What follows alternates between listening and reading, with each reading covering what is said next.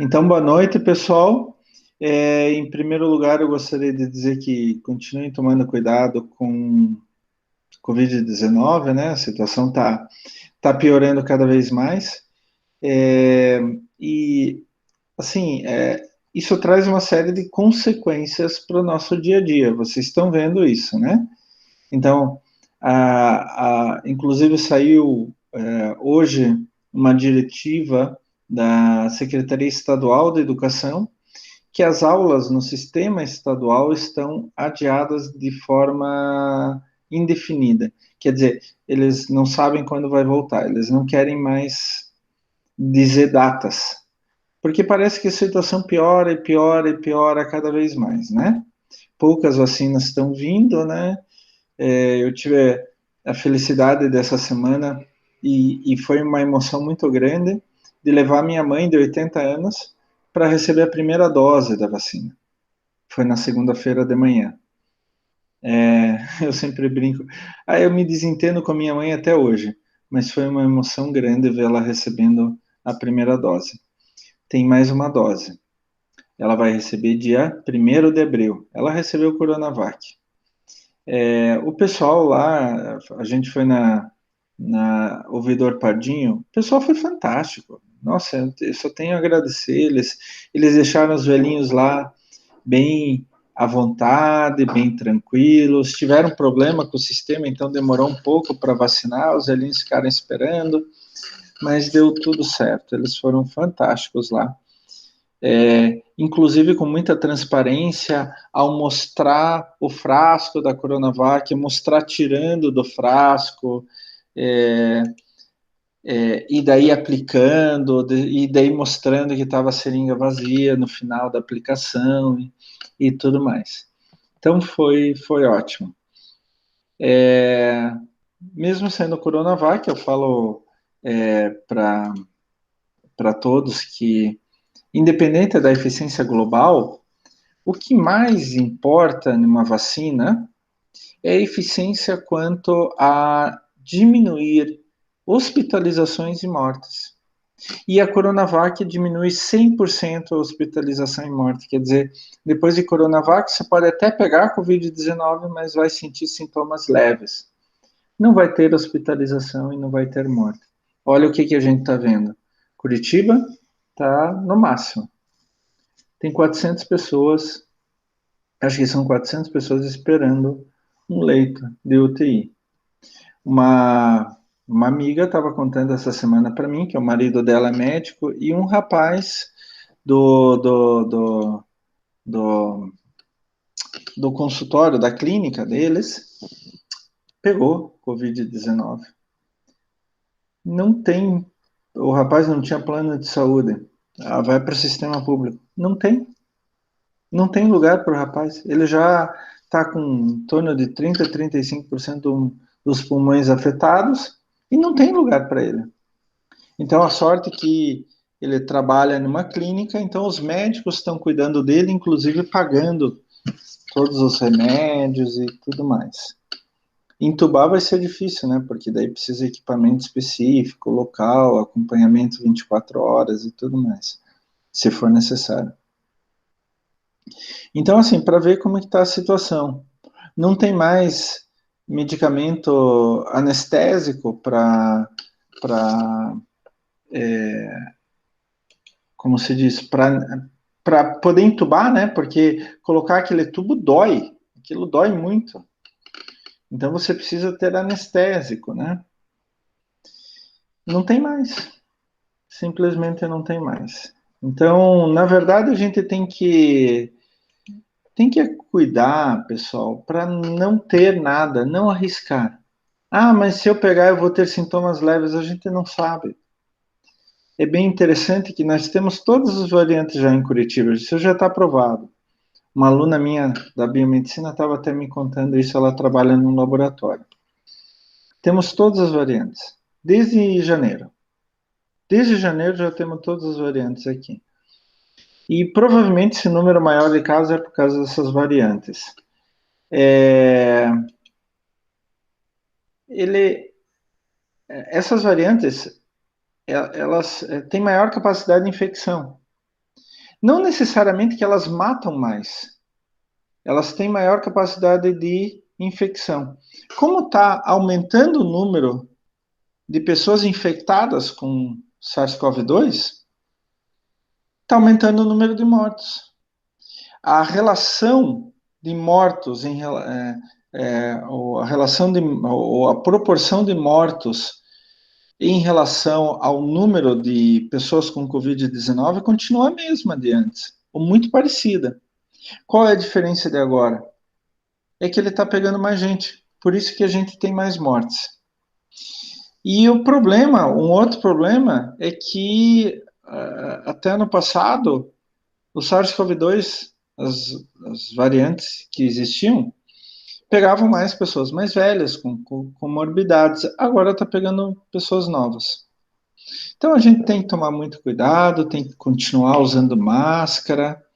Não é complicado usar máscara, gente. Algumas vezes é chato, quem usa óculos é chato, usa máscara e tal. Esses dias eu fui chupar uma bala House, aquela bem forte, extra forte, com máscara. Daí o bafo do House começou a subir assim para o meu olho, começou a lacrimejar o olho. Eu estava dentro do carro, tirei, né, porque estava forte. Mas em si não é difícil usar máscara, pô. Não tem grandes problemas. Evitar o maior, evitar o máximo possível de contato.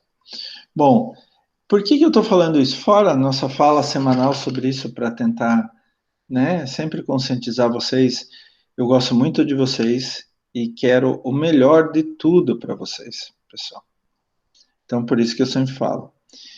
Mas tem sobre as nossas aulas práticas, né? Nossas aulas práticas estão marcadas para dia 19, sexta-feira da semana que vem, e dia 26, daqui 2 semanas. Então é o seguinte, nós temos dois problemas. O primeiro problema o estágio que está a pandemia. O segundo problema as legislações do governo estadual e municipal. Esses dias a gente estava, eu não sei como está agora, esses dias a gente estava com toque de recolher a partir das 8 da noite. Com toque de recolher a partir das 8 da noite, as nossas aulas práticas têm que ser adiadas. De qualquer jeito. Não tem outra solução. Tá? Se o toque de recolher for a partir das 10 da noite, já é uma outra história. Daí a gente pode dar aula prática, mas a gente tem que ver em qual bandeira estará Curitiba e o que estará permitido de ser feito em Curitiba. Gente, é difícil falar isso para vocês, porque eu estou ansioso para dar aula prática para vocês, para ver vocês pessoalmente, para mostrar coisas ali no laboratório para vocês. Mas tá complicado, tá muito complicado. Então, isso pode mudar de um dia para o outro. Olha que chato. Isso pode mudar de um dia para outro. Então é muito complicado. Ontem, as aulas da rede estadual de educação iam recomeçar presencialmente segunda-feira. Hoje, as aulas presenciais da rede estadual de educação foram adiadas por tempo indefinido, indeterminado. Então, isso pode mudar do dia para a noite, pessoal. Então, todos os dias, tanto o governo municipal quanto estadual estão revendo tudo. E a Uniandrade vai seguir a legislação. Vai seguir o que os governos vão falar, tá? A Uniandrade não vai expor sem necessidade seus funcionários, alunos e professores, né? E não vai ir contra a legislação, isso é certeza, tá? Então, nós vamos ficar o seguinte, eu quero que vocês fiquem prestando atenção lá nos avisos, no Fale com o Professor, que eu vou mandar recados para vocês semana que vem, tá? Eu vou ficar mandando recados sobre se vai ter ou não. A princípio, vocês sabem que vocês têm que dividir em equipes de 3 alunos e tem que escolher um produto, um líquido, qualquer que seja, pode ser farmacêutico, pode ser alimentar, pode ser tinta, pode ser qualquer coisa, desde que seja solúvel em água, né? E seja na forma líquida, para fazer o experimento na semana que vem, no dia 19, tá? Eu quero que vocês estejam de sobreaviso. Se permitirem, a gente vai. Se não permitirem, a gente vai adiantar matéria para colocar a aula prática um pouquinho mais para frente. Tá bom, gente? Fica combinado assim? Pode ser? Vocês concordam? Vocês estão na minha aula ainda? Ô, professor, beleza? Beleza, Aren? Fernanda, Luana. Heloísa, o que você acha? Sim, Sim, tudo bem? Tá, sim. ótimo. Então, estamos combinados. Eu quero que vocês saibam que não é má vontade do professor, muito menos da coordenação e muito menos da própria Uniandrade. É uma questão de pandemia, de saúde coletiva, saúde pública e legislação, né? A gente tem que seguir. Eu estou ansioso para dar aula prática para vocês e para ver vocês de perto, conversar um pouco mais com vocês, né? Conversar pessoalmente, sem encostar e a 1,5 metro de distância e com máscara, tá? Mas a gente tem que tomar cuidado. Tivemos alguns casos de contaminação de professores, né? Alguns professores pegaram Covid-19 e eram professores que foram dar aula prática esse ano, tá? Outros professores também não puderam dar aula prática, pois é. É uma pena isso, gente, mas eu queria saber o que a gente pode fazer, né? O que a gente pode fazer? A situação está muito ruim. Tá pior. Eu falando hoje com a minha esposa, a situação está pior do que ano passado. Tá muito pior do que ano passado, gente. Ano passado foi uma marolinha, agora é um tsunami, né? Exatamente, Fernanda. É assim, é triste falar isso, Fernanda, mas são contingências, né? Eu vejo, por exemplo, a Universidade Federal do Paraná, sabe o que eles fizeram?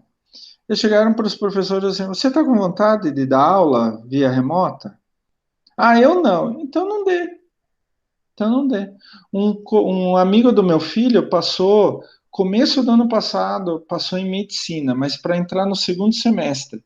Ele deveria ter entrado no curso de medicina na Federal em agosto do ano passado. Estamos em março e ele não tem perspectiva nenhuma de começar a faculdade dele. Meu filho já está no segundo ano e ele e o amigo dele que passou em medicina não tem perspectiva nenhuma de começar a faculdade. E mesmo assim, os cursos que estão tendo aula remota, não, eles não estão tendo todas as matérias, não estão? Só algumas. Eventualmente, algum professor que se dispôs a dar aula via remota, tá? Então, assim, não sei se serve de consolo, mas pelo menos vocês estão tendo, vocês estão cumprindo tudo, etc. A gente vai tentar dar aula prática na medida do possível, mas pelo menos vocês não estão perdendo tudo, que nem o pessoal muitos de diferentes cursos na federal, como o amigo do meu filho. Estudou feito um burro de carga durante anos para passar em medicina e agora a aula não começa. A aula simplesmente não começa. Ele, na melhor das hipóteses, vai começar em agosto desse ano. Ele não começou, ele não teve nenhuma matéria. Como calor, que ele poderia até ter algumas matérias, não. E não tem perspectiva. Na melhor das hipóteses, vai começar em agosto, 1 ano de atraso. 1 ano e meio de atraso em relação ao meu filho e 1 ano de atraso em relação à data que ele deveria ter entrado em medicina na federal. A UTFPR está assim também. Então, eles estão à vontade do professor que quer dar aula. A universidade não está obrigando nenhum professor a dar aula na UFPR e na UTFPR. tá? Eu tenho amigos que estão dando aula nas duas universidades, mas é porque eles são assim que nem eu, professor. Não conseguem viver sem ver os alunos, sem dar aula e sem ensinar alguém, né? Mas a situação está muito ruim. Desculpa tomar esse tempo, gente, mas é importante a gente conversar sobre isso, até para mostrar para vocês que não é uma vontade nossa. Eu estou ansioso para dar aula prática.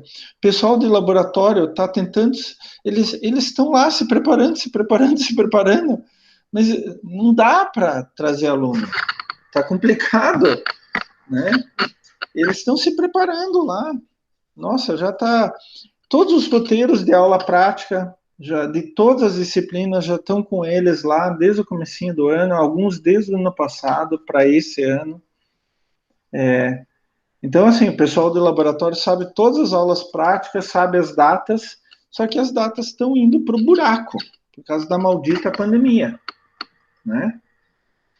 Hoje o nosso presidente anunciou mais vacinas, hoje foi anunciado que a AstraZeneca tem registro definitivo aqui no Brasil, junto com a Pfizer, né? E a Janssen, acho que Janssen tem registro provisório, né? Então as coisas estão andando, mas as encomendas de vacina agora só vão chegar depois de junho ou julho, tá? E a situação está tão ruim aqui que os Estados Unidos do Biden falou em mandar 30 milhões de vacinas da AstraZeneca que estão sobrando lá nos Estados Unidos para o Brasil. Por quê? Apesar de antes ter o Trump já tinha encomendado um monte de vacina, né? Já tinha feito acordo com os laboratórios e tal. Só, infelizmente, o governo brasileiro é que não fez. Foi o único que não fez. Foi o único. E por questões ideológicas, não sei de onde. E agora a gente está pagando por isso, né? A gente está pagando. Eu tenho 51 anos de idade. Eu não estou no grupo de risco fisicamente, fisiologicamente, eu estou muito bem, mas meu organismo não é como era 30 anos, né? Então eu não sei qual que vai ser o comportamento do meu organismo pegando Covid-19, né? É complicado tudo isso daí. Então vamos continuar tomando cuidado. Pessoal, então vamos conversar hoje sobre mais um assunto, ciclos biogeoquímicos. Então eu vou compartilhar aqui a nossa aula. Deixa eu só abrir aqui. Vocês estão enxergando o slide, pessoal? Sim. Ótimo. Então, estamos na semana 6. Vamos falar um pouco de ciclos biogeoquímicos. Vocês se lembram que na semana passada a gente falou sobre energia nos sistemas ecológicos? Inclusive, nós falamos de leis da física, conservação de energia, eficiência no uso de energia, etc. Falamos nas pirâmides alimentares, né, na cadeia alimentar. Nós falamos sobre diferentes coisas relacionadas à energia. Energia é um dos recursos essenciais para qualquer organismo. Então, o organismo vai pegar energia e vai usar no seu desempenho biológico, sobrevivência, crescimento corpóreo, atividade, reprodução, gastos para manutenção em geral e assim por diante, né? Mas só que ele não precisa só de energia, ele precisa também de outras coisas, como, por exemplo, nutrientes. Então, qualquer organismo que seja planta, seja um animal, seja um micro-organismo, ele precisa de energia e nutrientes para gastar para sua manutenção e qualquer coisa do desempenho biológico, né? Então, a gente diz que os nutrientes são elementos químicos essenciais e que eles vão ser parte integrante da estrutura e de uma série de processos vitais em qualquer organismo. Olha lá, eu preciso de energia e eu preciso de nutrientes. Quando eu tenho disponibilidade de energia, vamos ver essa figura aqui. Quando eu tenho disponibilidade de energia, disponibilidade de nutrientes e as condições ambientais corretas, como temperatura, umidade, etc., isso daqui vai ter uma influência muito grande nos padrões de distribuição e abundância de qualquer organismo. Eu sempre falo, gente, você dando temperatura, água e comida, daí vem a energia e nutrientes, dando essas três coisas. Temperatura e água são condições ambientais. Comida dá energia e nutrientes. Então, você dando essas três condições, um organismo se estabelece. Um organismo consegue ter sucesso em um ambiente, desde que outras condições ambientais não atrapalhem, dando água, comida que tem energia e nutrientes e temperatura. Com isso, qualquer organismo se estabelece. Só que uns precisam de mais água, outros menos, uns precisam de mais temperatura, outros menos, uns precisam de mais nutrientes, outros menos, uns precisam de nutrientes de tal tipo, outros de outro tipo, e uns precisam de mais energia ou menos energia. Isso vai variar de organismo para organismo, mas essas condições é que vão ajudar a determinar de modo muito firme padrões de distribuição e abundância de organismos. Ecologia de organismos. E esses nutrientes, gente, se nós começarmos a analisar, professor, mas da onde que eles obtêm esses nutrientes? Esses nutrientes vêm do meio. Só que eles não ficam parados ali no meio esperando, ó, numa boa lá, alguém vir e pegar o nutriente. Esses nutrientes, eles se movem. Professor, mas eles têm perninhas? Não, não têm perninhas. Mas eles têm uma trajetória cíclica de transferência de um compartimento para outro, ou mesmo para diferentes lugares ou diferentes condições dentro do mesmo compartimento ambiental. Lembrem-se, compartimentos ambientais, hidrosfera, parte de água, né? Litosfera e pedosfera, parte de solo, né? Nós temos a atmosfera, a parte do ar, e a biosfera, a parte dos organismos vivos. Esses são os compartimentos ambientais. E todos os nutrientes, pessoal, eles têm uma trajetória cíclica de transferência, cíclica que faz um círculo, né? Então, elas vão se transferindo de um compartimento ambiental para outro dentro dos diferentes ecossistemas. O problema em tudo isso é que tem um personagem aí que pode, né, alterar essas coisas. É o ser humano. E o ser humano, ele, através das suas atividades, eu vou mostrar daqui a pouco mais detalhadamente, eles têm o poder, a condição de alterar, e algumas vezes de forma definitiva até, esses padrões de ciclagem, de reciclagem de nutrientes. O ser humano altera os fluxos. Da onde vai, para onde vai, em que quantidade é transferida de um lugar para outro. O ser humano altera os depósitos, né? Onde que eu tenho nutrientes e quanto que eu tenho de nutrientes ali. E isso através de questões locais, regionais ou até mesmo globais. Então, eu falei para vocês, voltar só um slide aqui, que os nutrientes têm uma trajetória cíclica de transferência. Isso que a gente chama de ciclagem de nutrientes. Alguns até usam a nomenclatura de reciclagem de nutrientes, mas o normal é falar ciclagem de nutrientes ou ciclo de nutrientes. A gente chamou aqui no primeiro slide de ciclos biogeoquímicos. Por quê? Como eu falei aqui, tem uma trajetória cíclica de transferência entre os diferentes compartimentos ambientais: hidrosfera, atmosfera, litosfera e biosfera. Por isso a gente chama ciclo biogeoquímico de nutrientes. ou ciclagem de nutrientes, tá? Isso é tão importante que na faculdade, durante a minha graduação, eu tive uma disciplina só disso, para vocês terem ideia de quão importante é isso, né? Perdão, gente. Chega na sexta-feira, minha garganta já está um pouco doída. Mas vamos lá, vamos lá. Sexta-feira, aula de ecologia com o professor Klaus, é sempre uma aula bem animada que a gente aprende bastante, né? Então, ciclagem de nutrientes, pessoal, é o movimento desses nutrientes, desses elementos nos diferentes compartimentos ambientais. Aqui eu coloquei uma figura bem interessante, né?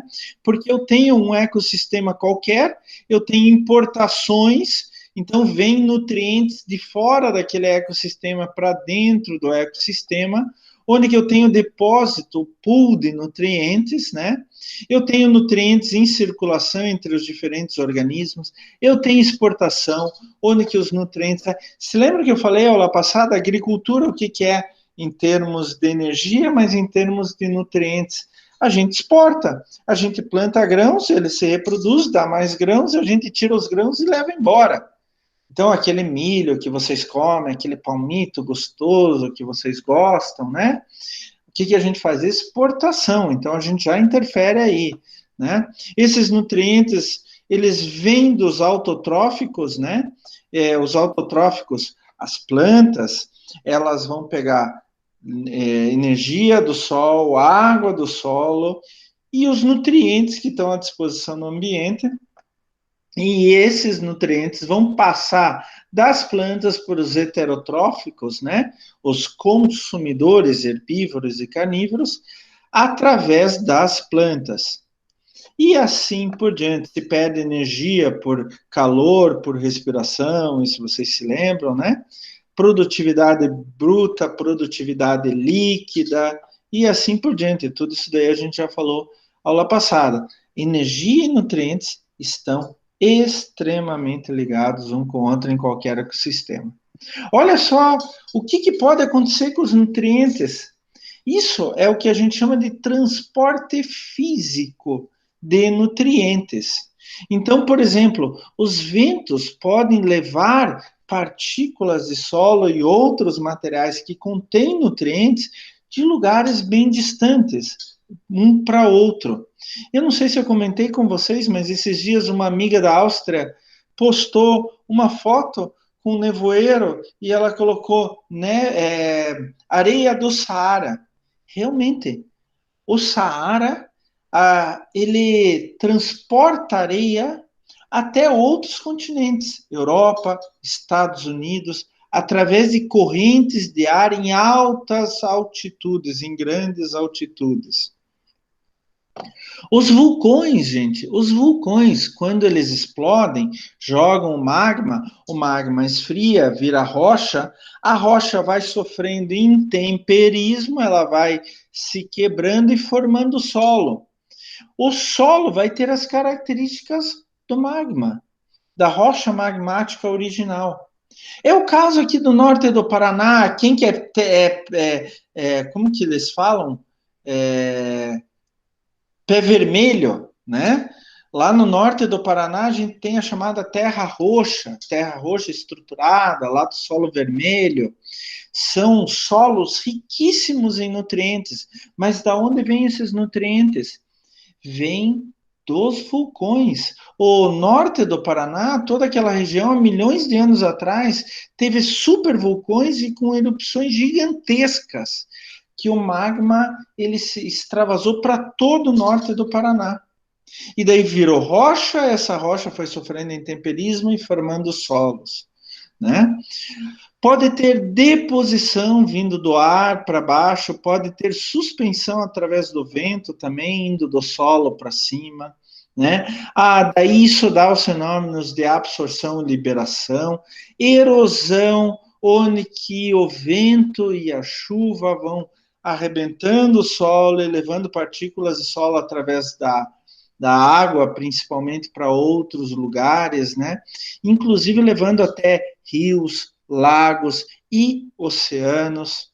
A evaporação também leva nutrientes, como a precipitação traz nutrientes e assim por diante. Os próprios oceanos. Os oceanos, eles ciclam milhões de toneladas de nutrientes todos os anos.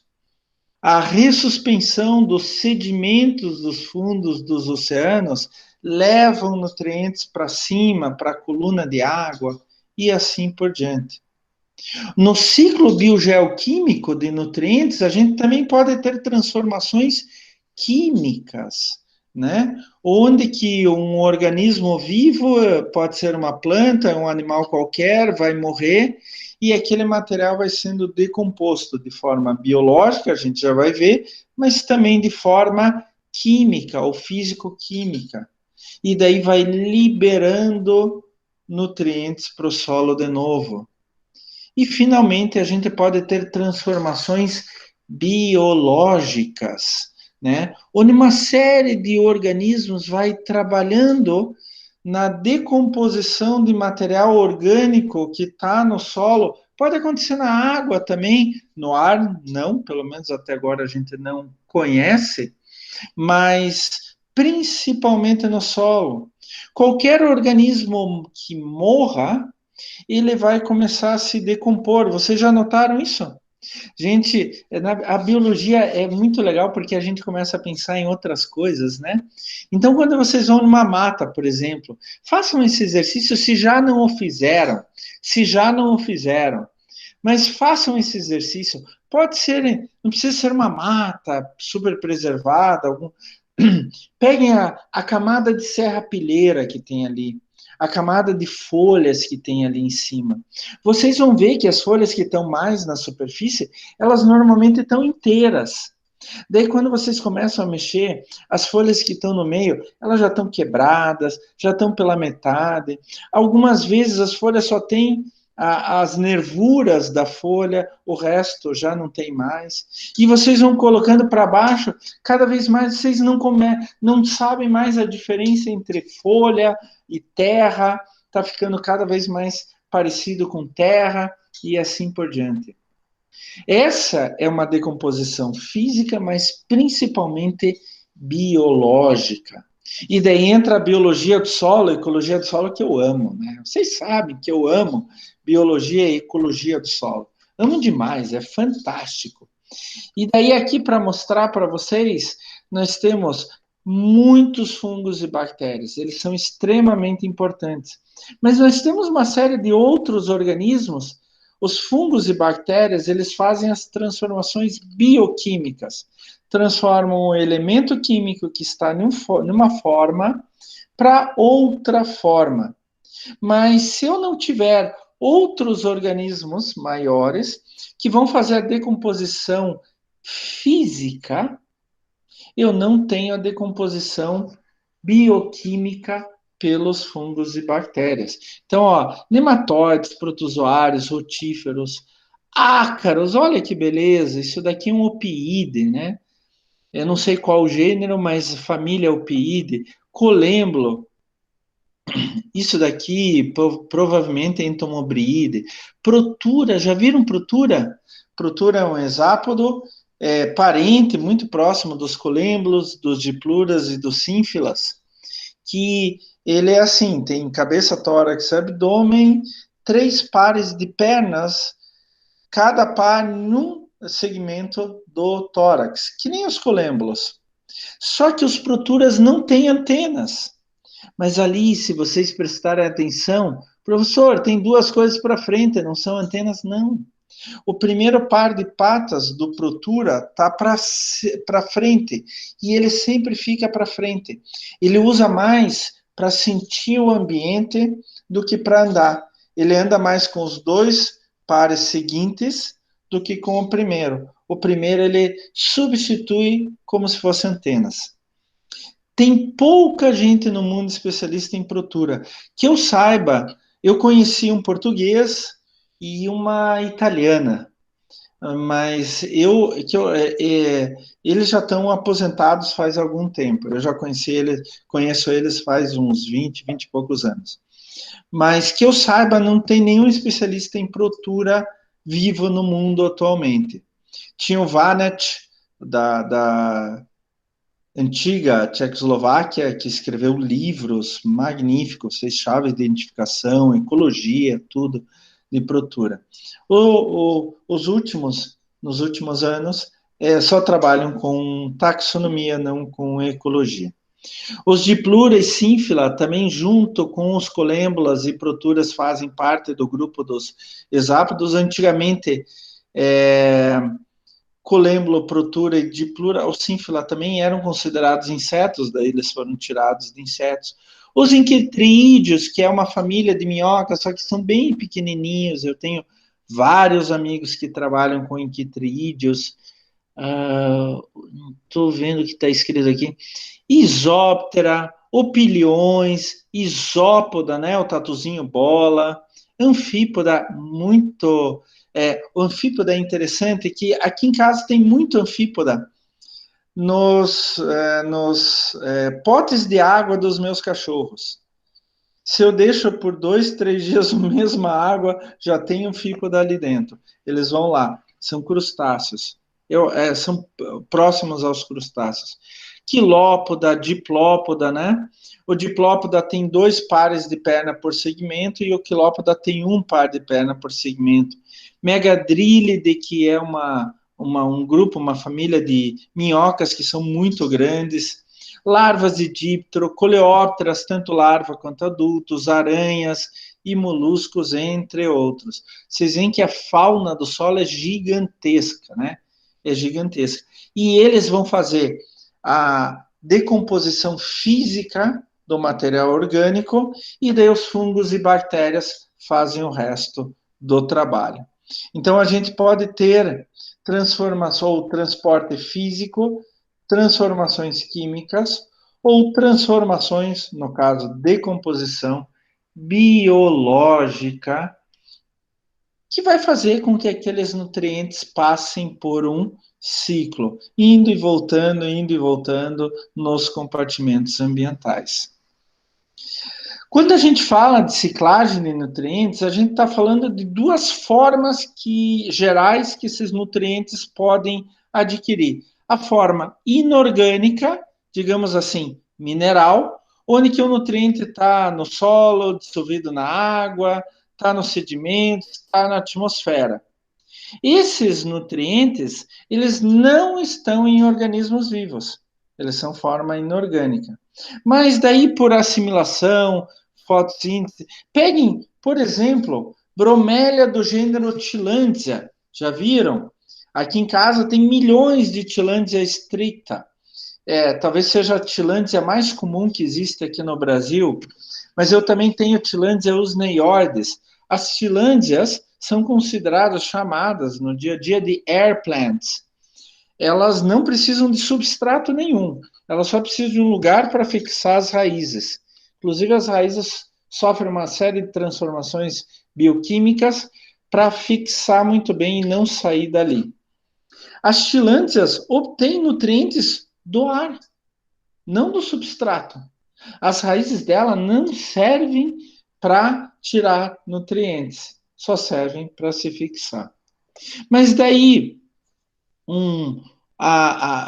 esses nutrientes, formas inorgânicas, vão entrar através dos produtores das plantas para se transformar em formas orgânicas.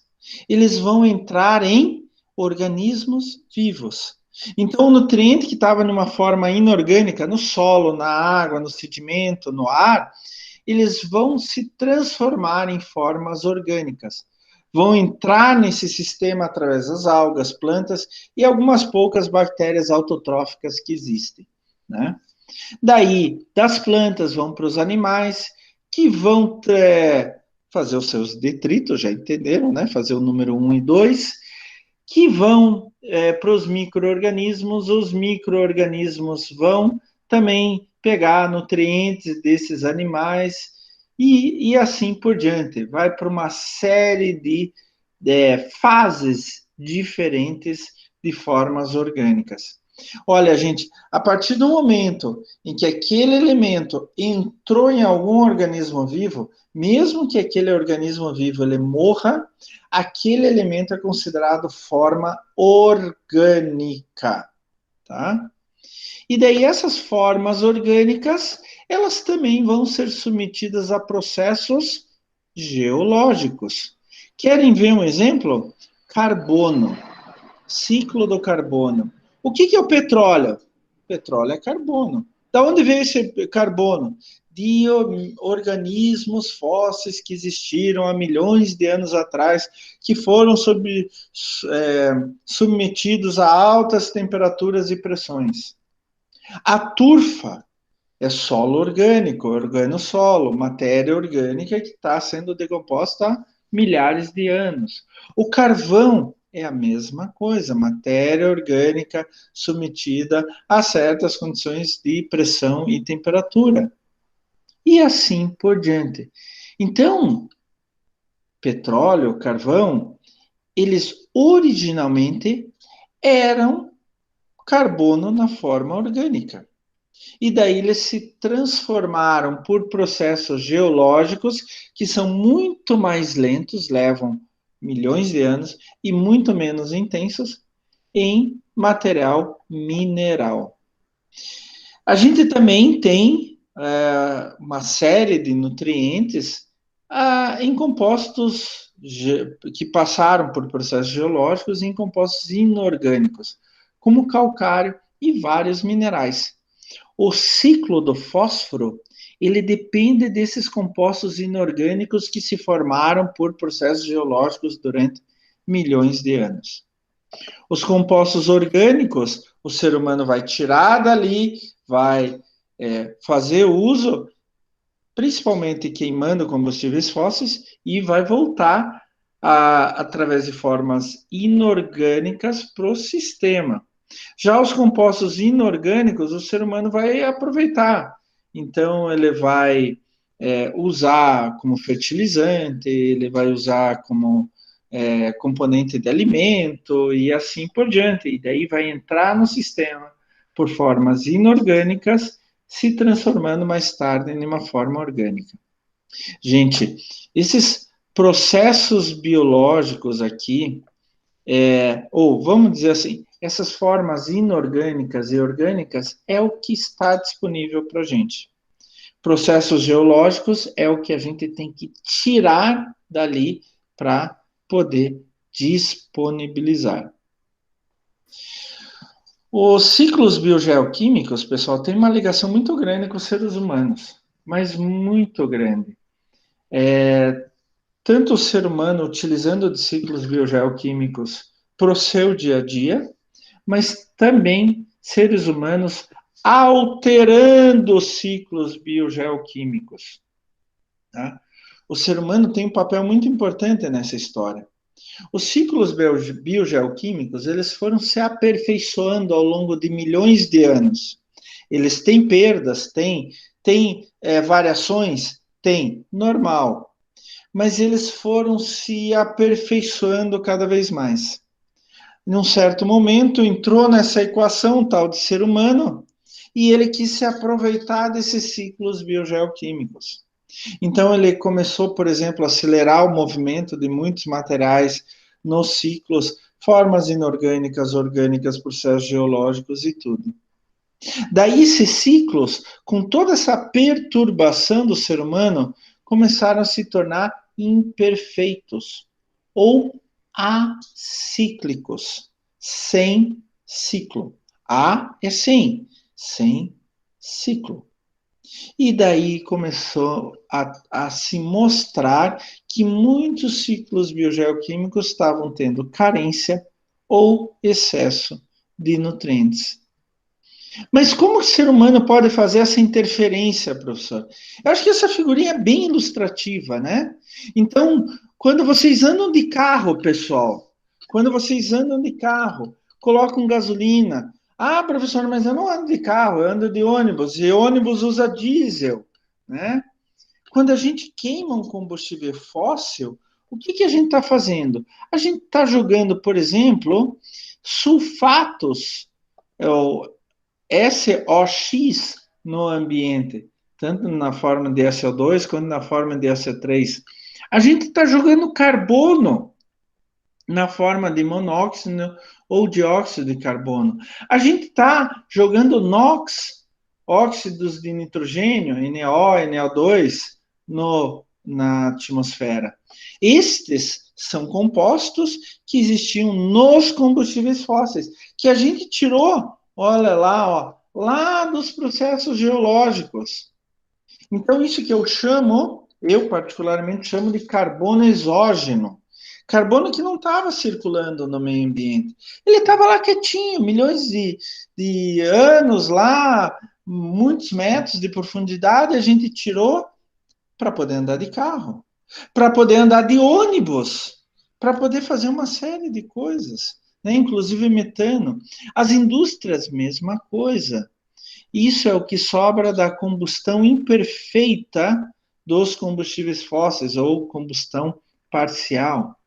Daí, a partir do momento que esses compostos de nitrogênio, enxofre, carbono entram na atmosfera, eles vão se ligar com partículas de água, vão sofrer uma série de transformações e vão voltar sob chuva ácida.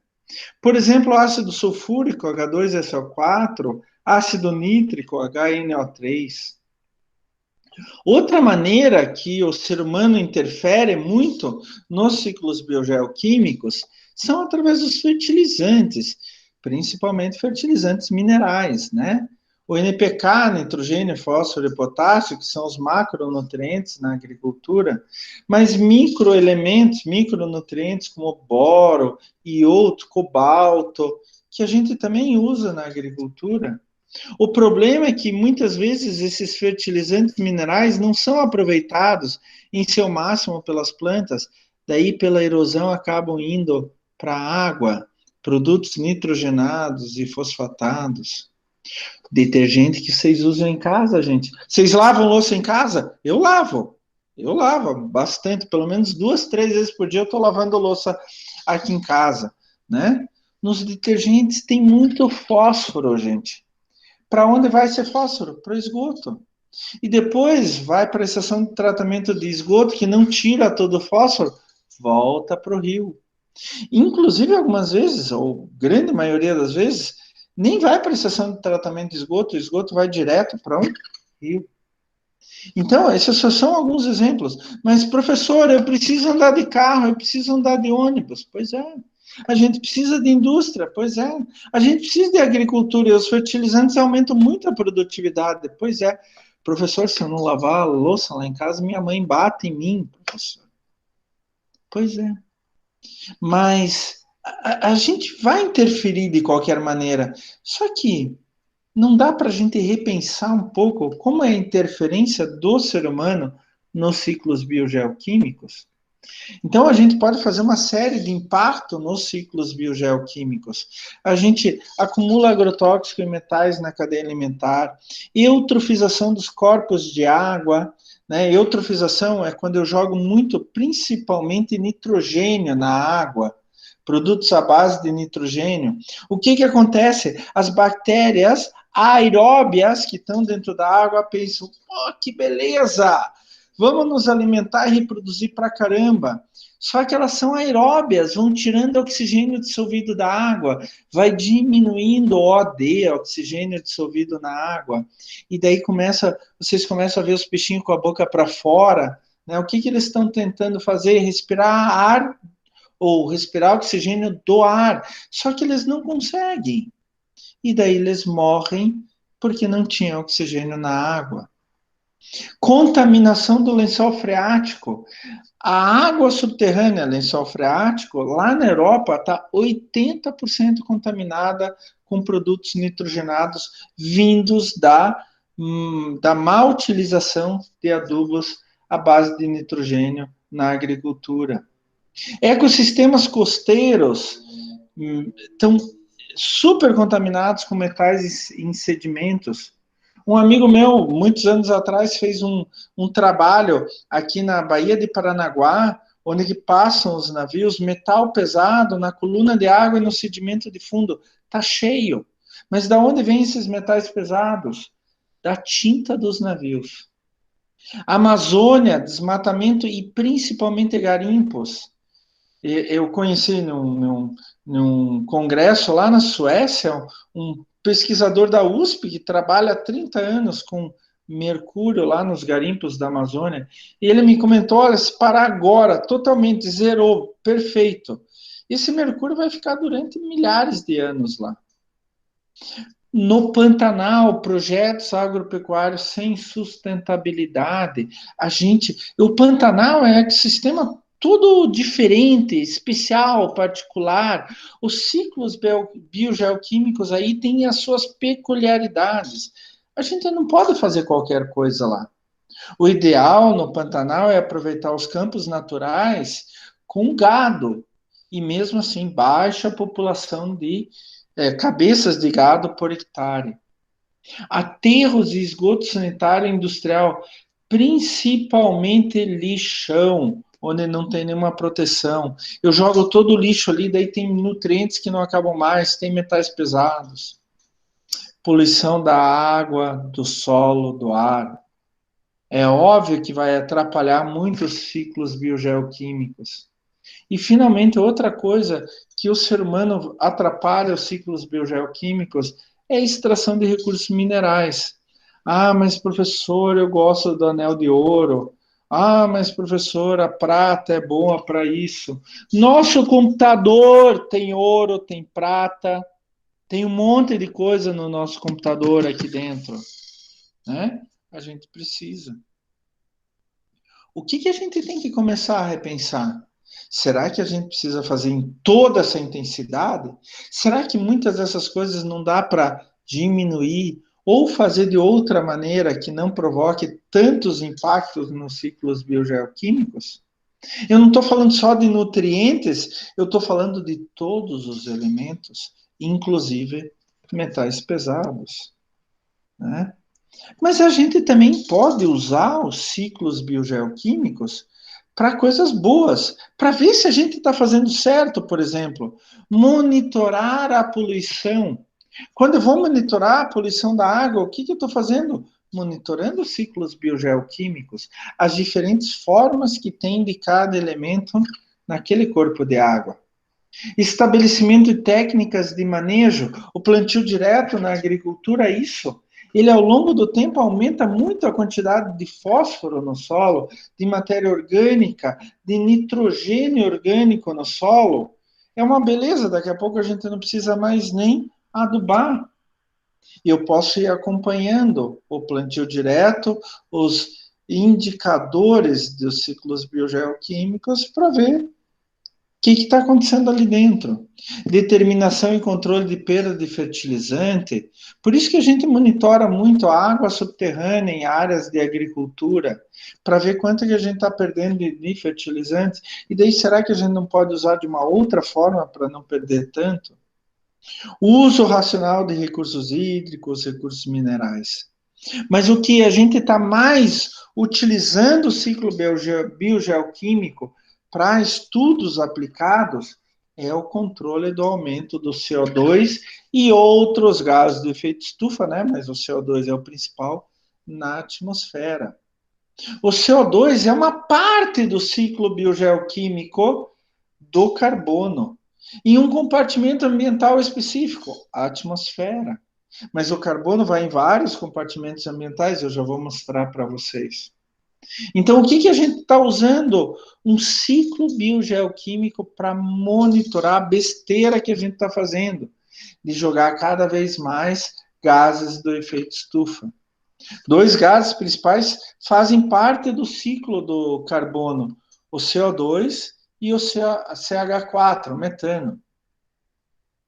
Então, a gente hoje está estudando o ciclo biogeoquímico do carbono exatamente para ver o que a gente está fazendo em relação aos gases de efeito estufa, ao aquecimento global e assim por diante. Falando em ciclo de carbono, eu quero mostrar 3 ciclos agora para culminar na nossa aula, 3 ciclos. O do carbono, do nitrogênio e do fósforo. Tá? São três dos nutrientes mais importantes. O carbono, por exemplo, é usado na estruturação de qualquer organismo vivo, né? E olha que interessante, as plantas, elas pegam energia solar e carbono que está ou no ar ou no solo para crescer, para fazer a sua estrutura, né? E daí elas vão fixando carbono na sua estrutura. Quando elas respiram, isso é através do processo de fotossíntese, né? Quando elas respiram, elas liberam de novo o carbono. Quando a gente tem queimadas, queima esse material vegetal, a gente libera de novo o carbono. Quando as plantas servem de alimento para outros animais e entram na cadeia alimentar, a gente libera esse carbono de diferentes formas. O carbono também, no caso do CO2, ele pode ser fixado em corpos de água a partir da biomassa de algas e fitoplâncton, que vão servir de alimentos para os organismos aquáticos e mesmo sofrer sedimentação. Ao longo do tempo vão virar óleo, gás natural, carvão, né, petróleo e assim por diante, e a gente vai utilizar no nosso dia a dia. Depois que o carbono, que essas plantas sofrem queimadas, vai de novo o CO2 pro ar. E daí as plantas absorvem de novo. Depois que esse carbono, as plantas são comidas por diferentes tipos de animais, herbívoros, depois carnívoros, volta de novo esse carbono pro ar. A mesma coisa com carbono do mar, tá? Pode ficar fixado nos sedimentos de fundo, mas pode voltar de novo para o ar. Um outro grande fornecedor de carbono para a atmosfera são as erupções vulcânicas, né? Cada vez que dá uma erupção vulcânica, sai uma série de materiais, mas um dos compostos que saem é CO2. Volta para o ar. Quando a gente queima combustíveis fósseis, libera CO2, volta para o ar.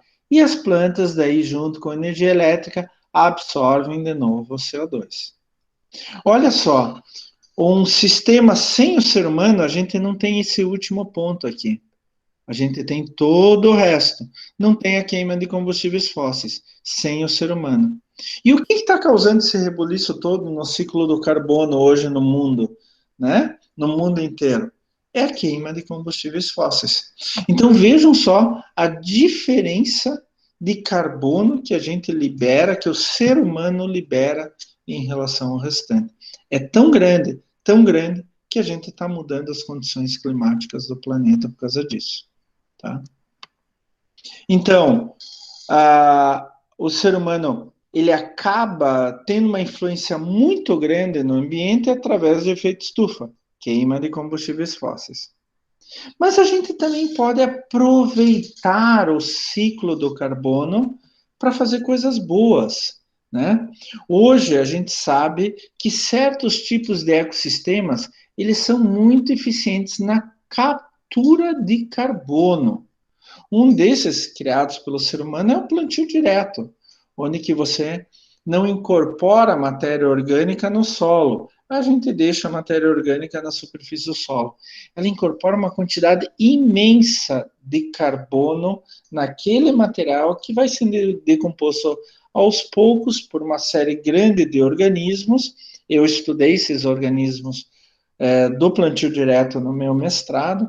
Vai ser decomposto e daí esse carbono fica no solo. Outra coisa são as florestas, né? As florestas têm uma capacidade de capturar carbono do ar incrível. São, nossa, toneladas e toneladas por hectare, a cada 10 mil metros quadrados. O ciclo do carbono também é responsável pela regulação do ar, né?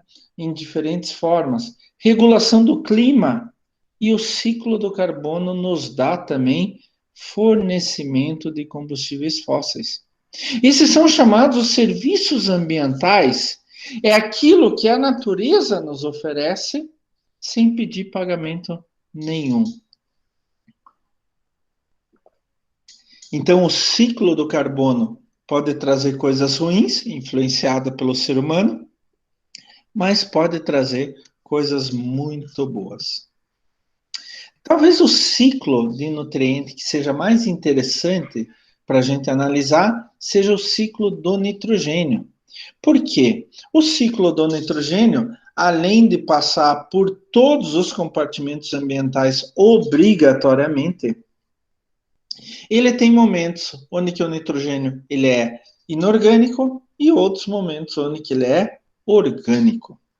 O ciclo do nitrogênio acontece a partir de duas fontes principais. O ar, onde tem nitrogênio na forma de N2. Se lembram lá do colégio que 78% da atmosfera é feita de nitrogênio? Acho que é isso. Então, ou é N2 ou é N2O. Mas normalmente é N2. O nitrogênio está no corpo de cada organismo vivo. Nós temos quilos de nitrogênio. As plantas, todos os animais têm nitrogênio. Então, quando um animal, uma planta morre, ele começa a sofrer o processo de decomposição, o nitrogênio passa desta forma orgânica que está ali para uma forma de amônia ou amônio. É o que a gente chama de processo de amonificação. Este processo, normalmente, ele é físico. Alguns casos pode ser, tem alguns micro-organismos que fazem a amonificação. Ele pode ser físico, normalmente é, ou pode ser biológico através da amonificação biológica. Existem, eu já vou mostrar isso para vocês. Existem micro-organismos que têm a capacidade de tirar nitrogênio do ar, transformar em amônia ou amônio, e daí isso ser assimilado por plantas, tá? Isso se chama fixação biológica. Também vou mostrar isso daí. Tanto a amônia quanto amônio, eles também podem sofrer um processo chamado de nitrificação, que ele tem duas etapas. A primeira etapa chamada de nitritação e a segunda etapa de nitratação. Né? O conjunto das duas etapas é chamado de nitrificação, onde a amônia e a amônia se transformam primeiro através de micro-organismos, também vou mostrar para vocês. Primeiro se transforma em nitrito, NO2, NO-2. E depois elas se transformam em nitrato, NO3, NO-3. E este nitrato, junto com amônia e amônio, são as duas formas mais comuns que as plantas usam para tirar nitrogênio do solo. Principalmente nitrato, não tanto amônia e amônio, mas principalmente nitrato, tá? Então, daí, olha só, tinha nitrogênio orgânico, tinha nitrogênio no ar, nitrogênio inorgânico, sofreu amonificação, sofreu fixação biológica, transformou em amônia e amônio, principalmente amônio. Daí sofreu nitrificação, primeiro nitrito, depois nitrato. Esse amônio e amônia podem voltar para as plantas, assim como o nitrato pode voltar para as plantas. É o processo que a gente chama de assimilação. Mas, gente, pode acontecer o contrário. Eu tenho nitrato, ele pode se transformar em nitrito, que depois se transforma em amônia ou amônio. Esse processo chamado desnitrificação ou denitrificação. É mais comum ser chamado desnitrificação. A desnitrificação também pode transformar o nitrato em N2N2O. Isso também é desnitrificação, tá? E assim, daí a gente volta com nitrogênio no ar, e daí tem fixação biológica de novo, forma plantas, ou forma nitratos, vai para as plantas de novo, e assim por diante. Aqui em cima é a atmosfera, aqui embaixo é pedosfera, litosfera, que é o solo. Olha, aqui tem mais uma figurinha para vocês aqui, ó. que mostra bem isso daí. Eu tenho plantas que vão servir de alimento para animais. Essas plantas e esses animais, quando morrem, passam por decompositores que vão fazer o processo de amonificação, vão transformar em amônia, NH4, ou amônia, NH3, né? E daí os nitrificantes vão fazer a nitrificação. Primeiro em nitrito, NO2, depois em nitrato, NO3. São principalmente bactérias. Por isso a gente chama de bactérias nitrificantes. A gente também pode pegar nitrogênio do ar e, através de bactérias fixadoras de nitrogênio com leguminosas, elas pegam nitrogênio do ar e vão transformar em amônio ou amônia e vão translocar para a planta, tá? Isso é bem interessante. O Brasil talvez seja o país mais avançado em estudo da fixação biológica de nitrogênio do ar. Hoje, por exemplo, não sei se vocês sabem, mas essa fixação biológica ela é dada principalmente em leguminosas, plantas do grupo das leguminosas. Então, a gente tem soja e feijão aí.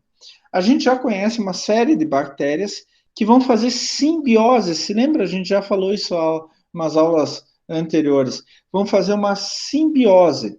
A planta oferece um abrigo e água. E a bactéria oferece nitrogênio para a planta. Então, os dois saem ganhando, mutualismo, né? Uma simbiose, uma relação simbiótica.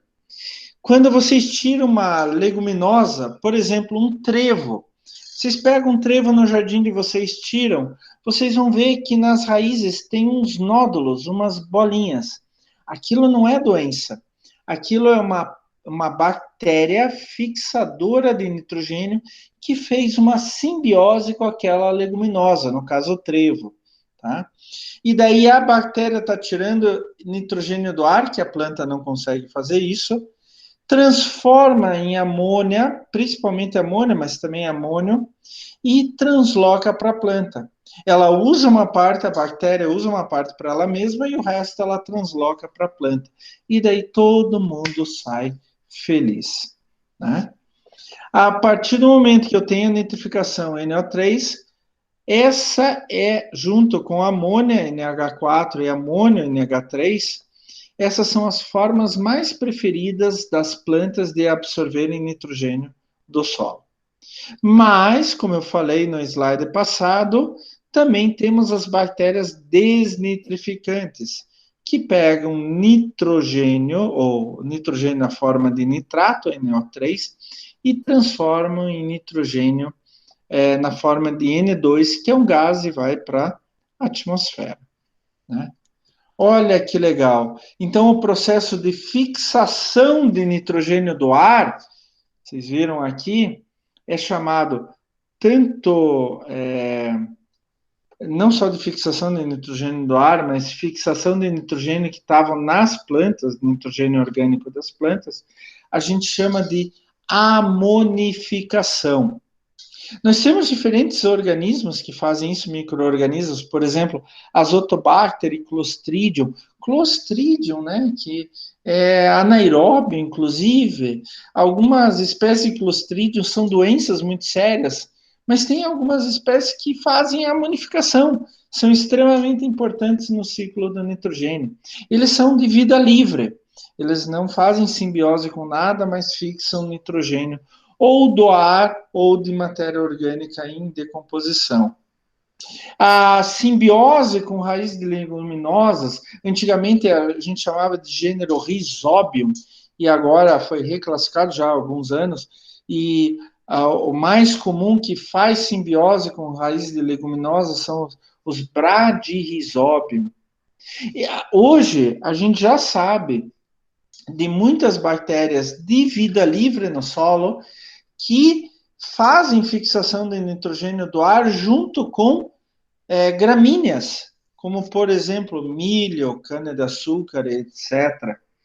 Elas não fazem aquela simbiose através dos nódulos, que o Bradyrhizobium faz com a soja, com o trevo, com o feijão, que são leguminosas, mas elas translocam, acabam liberando nitrogênio para as gramíneas. A gente também tem cianobactérias, principalmente em ambientes aquáticos, anabaena, nostoque e assim por diante. Esse processo de nitrificação, pegar a amônia e transformar em nitrito, depois em nitrato, né? Nós temos micro-organismos, bactérias nitrificantes especialistas em cada fase. Por exemplo, nitrosomonas do solo transforma amônia em nitrito e o nitrobacter transforma nitrito em nitrato. E, finalmente, a desnitrificação, transformando o nitrato Na3, principalmente em N2 ou N2O, mas principalmente em N2, esse é o processo de desnitrificação. É feito principalmente por bactérias do gênero Pseudomonas. Professor, mas tem Pseudomonas que é doença, Pseudomonas aeruginosa. Por exemplo, Pseudomonas aeruginosa é uma espécie que faz de tudo, gente. Ela provoca uma série de doenças, mas ela também faz desnitrificação, ela faz decomposição de matéria orgânica, né, através das diferentes substâncias que ela vai produzindo. Isso pode ter diferentes funções lá dentro. Olha só que legal que é o ciclo do nitrogênio. Eu só apresentei uma simplificação aí, gente, mas ele é bem complexo e ele é um ciclo que passa de formas orgânicas para inorgânicas o tempo todo. É um ciclo que precisa de diferentes micro-organismos e diferentes condições ambientais para ele acontecer. E é um ciclo que a gente usa muito. O ser humano usa muito, gente. Principalmente essas bactérias fixadoras de nitrogênio em raízes de leguminosas. A gente usa muito.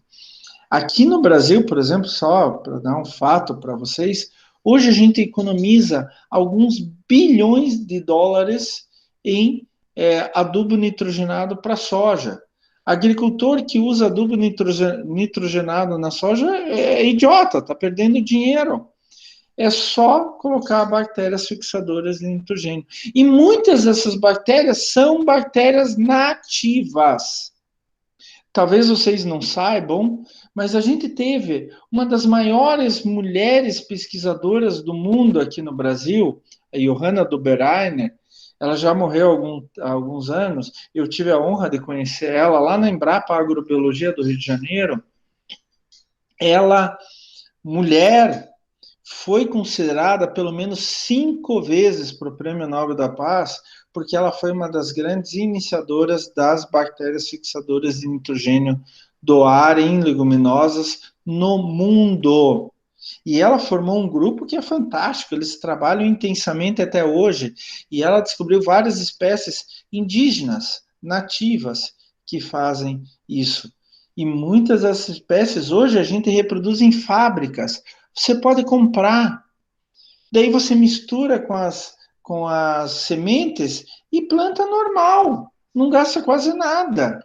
E economiza, hoje a gente economiza em torno de 5 bilhões de dólares em adubos nitrogenados. Não é só dinheiro, não. Olha aqui, ó, o adubo, se não for bem aproveitado, ele vai sofrer uma série de transformações e ele pode chegar até a água subterrânea, a água superficial, sendo altamente poluente. Então, quanto menos adubo nitrogenado a gente aplicar, melhor. É o caso da soja hoje no Brasil. Sério mesmo. A gente está indo para o mesmo caminho para o feijão, a gente ainda não conseguiu dominar essa tecnologia, mas já estamos indo para a cana-de-açúcar, que é uma gramínea, e daí tem bactérias em vida livre, como eu falei, que fazem fixação do nitrogênio do ar e assim por diante. O ciclo do nitrogênio, gente, ele é fantástico do ponto de vista ecológico, todas as relações que aí ocorrem. E, finalmente, o ciclo do fósforo. É interessante que o ciclo do fósforo, ele é basicamente inorgânico. Ele tem poucas fases orgânicas e não sofre a interferência de quase nenhum micro-organismo. Então, o ciclo do fósforo é muito importante tanto no solo quanto nos oceanos. Os oceanos têm muito, muito, muito fósforo, tá? Então, tem fósforo em cada corpo, daí quando cada corpo animal, vegetal morre, esse fósforo, se ele é incorporado no solo, continua na forma inorgânica. Daí ele só vai passar para a forma orgânica quando as plantas recuperarem esse fósforo inorgânico e daí essas plantas vão ser comidas por outros organismos. Existe uma quantidade imensa de fósforo orgânico e inorgânico em suspensão nos oceanos, principalmente nos sedimentos dos fundos dos oceanos. E tem alguns, é bem interessante isso, tem alguns lugares dos oceanos na Terra que eles sofrem naturalmente um processo chamado ressurgência, onde correntes mudam de direção e tiram esses sedimentos do fundo e levam para a coluna de água. E daí isso é chamado ressurgência. E isso alimenta muitos organismos diferentes, começando com fitoplâncton, depois zooplâncton, depois animais cada vez maiores. Os sedimentos de fundo de oceano têm muito, muito, muito, muito fósforo. Movimentos tectônicos, mineração do fósforo que está nos continentes também contribuem, suspensão em rios, fósforo dissolvido em rios, fósforo do guano. Guano são fezes de pássaros. O Peru exporta muito guano, que tem colônias gigantescas de pássaros, morcegos, etc. Que esse guano é riquíssimo em fósforo e assim por diante. Ao contrário do ciclo do nitrogênio, o fósforo quase não sofre ação de micro-organismos, quase não sofre ação de diferentes organismos em geral. Ele entra no corpo dos organismos, mas ele é liberado quando esses organismos morrem e daí volta para a forma inorgânica. Daí a forma inorgânica é assimilada por organismos vivos e daí volta a ser forma orgânica. Gente, esses são 3 ciclos básicos dos mais importantes: carbono, nitrogênio e fósforo, tá? Mas a gente pode ver o ciclo de uma série de outros organismos. Deixa eu descompartilhar e voltar aqui para vocês. O que é importante nessa história é que a gente conheça como são os ciclos, que a gente conheça onde a gente está interferindo em cada ciclo biogeoquímico e como a gente está interferindo. A grande maioria dos problemas que a gente vê hoje são interferências em ciclos biogeoquímicos.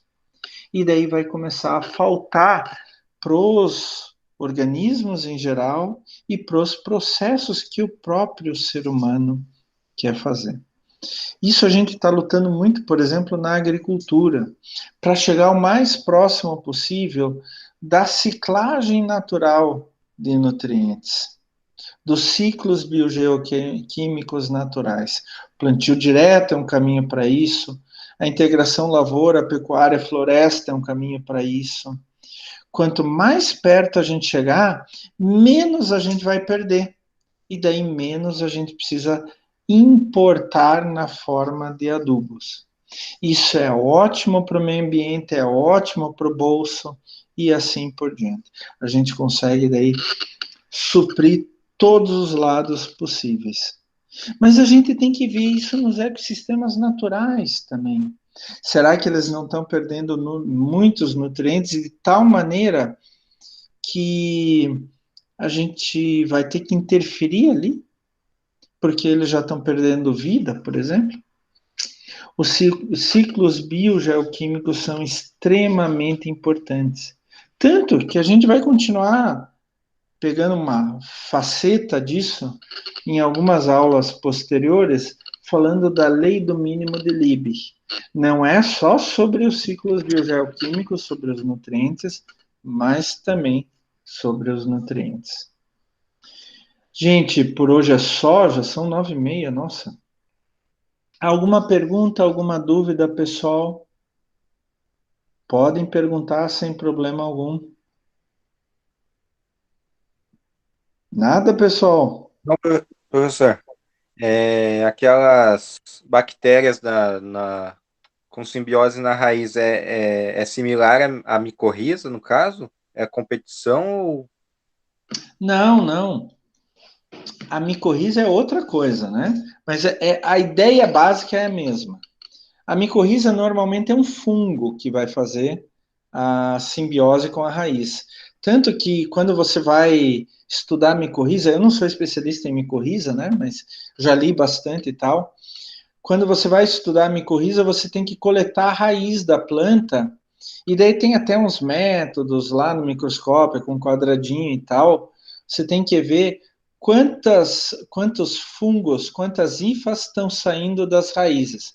Parecem pelinhos, mas dá para distinguir a diferença. Algumas raízes têm pelinhos, né, mesmo, naturalmente dela. A micorriza é quase a mesma coisa. Ah, falando nisso, Aren, bom que você falou, porque micorriza tem um papel muito importante no ciclo do fósforo, porque a maior parte do fósforo que está no solo, e é o fósforo que a planta consegue tirar, é na forma inorgânica. Só que, principalmente fosfato, só que o que está no solo não é uma forma inorgânica que a planta consegue tirar. Então, o que acontece? A maioria das micorrizas, elas são características por causa disso, elas produzem alguns ácidos, inclusive fortes, considerados fortes no solo, que eles vão dissolvendo o fósforo do solo para formas mais fáceis da planta poder assimilar, principalmente para fosfato. As micorrizas transformam diferentes formas de fósforo inorgânico para fosfato, e daí a planta pode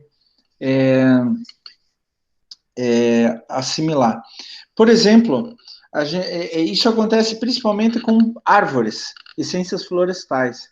Então, hoje já tem métodos, você já pode até comprar, não domesticamente, mas empresas já fazem isso. Você pode comprar a micorriza, ela vem em um substrato, daí você mistura no substrato que você está cultivando a muda de eucalipto, a muda de pinos, ou sei lá o que, a muda de mogno, a muda de araucária. Você coloca a micorriza ali, daí tem diferentes tipos de micorriza, né? Você coloca a micorriza ali, ela vai entrar em contato com as raízes e vai formar uma simbiose. Daí você planta lá no campo. E a micorriza vai continuar ali. E ela vai dissolvendo o fósforo que está em uma forma que a árvore não consegue tirar, ela vai dissolvendo e a árvore consegue daí tirar, aproveitar o fósforo. Isso é um sistema natural. Hoje, o que a gente faz de micorriza comercial são todas nativas. São todas nativas. Porque elas são muito específicas quanto a clima e tudo mais, glomeros e outros gêneros, tá? Mas eu não sou especialista em micorriza, mas ela tem um papel importante no ciclo biogeoquímico do fósforo e a gente usa para isso, tá? A gente usa ela. A micorriza faz isso para aproveitar fósforo para ela mesma. Só que uma parte do fósforo vai sobrar, e daí a raiz aproveita e tira aquele fósforo. Tá? Isso é diferente de bactéria fixadora de nitrogênio. Daí a bactéria fixadora de nitrogênio, no caso de leguminosa, ela entra na raiz e faz um nódulo, um crescimento anormal, tipo câncer, um tumor. Só que aquilo não é tumor. O tumor ele continua crescendo, crescendo, crescendo. O que o Bradyrhizobium faz, principalmente o Bradyrhizobium, é um crescimento determinado só para ela se abrigar ali dentro. Daí entra ar ali, entra o ar que está no solo, entra ali, esse ar tem N2, perdão, e ela transforma em amônia NH4 ou amônia NH3, tá? É diferente. Micorriza é principalmente para fósforo, bradyrhizóbio é para nitrogênio. Tá? Entendeu, Aren? Entendeu a Beleza, diferença? professor. Mas foi legal que você falou, lembrou da micorriza, tá? Eu nem estava falando da micorriza, mas foi legal. Mesmo o que a gente tem em termos comerciais não é muito grande. Tem várias empresas florestais aqui no Brasil que fazem experimentalmente, fazem só para elas esse cultivo de micorriza. Mas é muito difícil cultivar micorriza, tá? Tem todo um método onde você tem que usar pequenas plantas em laboratório e etc. Mas é possível, é possível. Existem muitas espécies de micorriza, muitas, mas muitas mesmo, tá? Só que algumas a gente não consegue nem cultivar em laboratório, nem usar. Se você pegar ali no teu jardim, ali nas árvores do teu jardim, provavelmente vai ter micorriza ali. Tem algumas espécies de árvores que têm mais facilidade em fazer simbiose com micorriza. Tem outras que têm mais dificuldade, é bem mais restrito, tá? Mas é importante para o ciclo do fósforo. Boa pergunta, Aren. Valeu mesmo. Mais alguma pergunta, gente? Dúvidas?